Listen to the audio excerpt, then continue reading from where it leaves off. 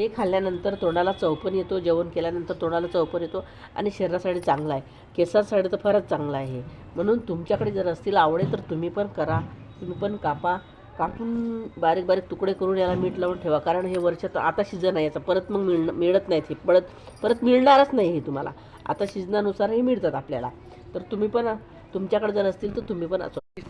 बघा आता सुपारी आमची कशी झाली. काल कशी होती बघितलं ना, 2 दिवस झाले ना, कालचा दिवसभर आणि आजचा दिवस 2 दिवस झाले.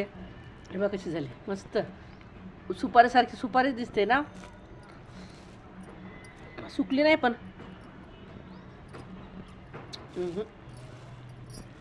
मस्त लागू राहिली. मीठ बी लावलं त्याला,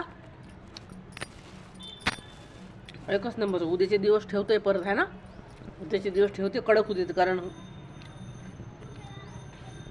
आवळ्याची सुपारी आहे बरं, आवळ्याची सुपारी, आवळा सुपारी म्हणतात ना, आवळा सुपारी आपण ट्रेनमध्ये घेतो बघा ते बघा. पण ते माहीत नाही काळे काळे कसं असते. हे आपलं ओरिजिनल घरातले धुतलेले आवळे आणले, धुतले स्वच्छ, धुवून मिठातनी कापून मिठातनी हे केले, मिक्स करून सुकत घातले. हे बघा सुपारीसारखी. चला जय श्रीकृष्ण. संध्याकाळ झाली आता.